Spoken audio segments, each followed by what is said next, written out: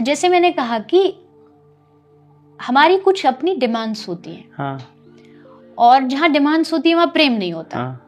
तो ऐसा कोई भी रिश्ता नहीं होता जिसमें अपनी डिमांड्स नहीं होती। कुछ ना कुछ डिमांड रहती ही रहती है। अगर आप कहेंगे नहीं भाई ऐसा तो नहीं होता है रिश्ते, तो बताइए कौन से रिश्ते होते हैं जिसमें डिमांड नहीं होती। आप कहेंगे कि पति पत्नी का, उसमें भी बहुत सारी डिमांड्स होती हैं।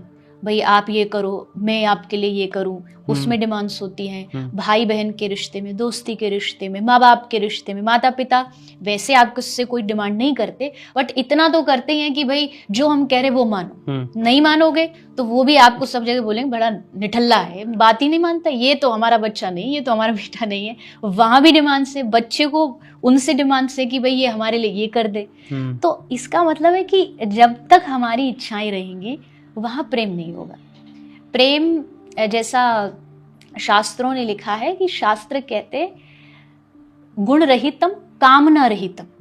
प्रेम होता कामना रहित, मतलब किसी प्रकार की कोई कामना ना होती हो, वहां प्रेम होता है। इसलिए मैं बार बार कहती हूँ कि ये जो प्रेम वाला जो शब्द है ये कभी भी अपने लिए यूज मत करिए, ये केवल भगवान के लिए यूज करिए, क्योंकि भगवान को आपसे कोई डिमांड नहीं है, कोई भी आशा नहीं है।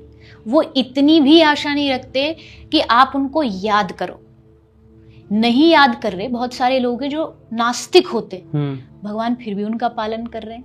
भगवान उनको हवा दे रहे हैं, पानी दे रहे हैं, भगवान उनको रहने को छत दे रहे हैं, सब कुछ दे रहे हैं। तो मतलब उन्होंने ये नहीं कह दिया कि नहीं ये मुझे नहीं मानता तो हटो, मेरा इससे कोई लेना। हाँ, भगवान का उससे प्रेम नहीं होगा, मतलब इतना ज्यादा जैसे भगवान हर समय अपने भक्त के लिए खड़े रहते हैं, उसके लिए भगवान बोलेंगे भाई तेरे लिए जो बेसिक चीज है वो तो दे दूंगा, उससे आगे फिर मुझसे कोई आशा नहीं रखना। बट उससे भगवान कोई दुश्मनी कर लेते हो या उससे जेलसी कर लेते, ऐसा नहीं।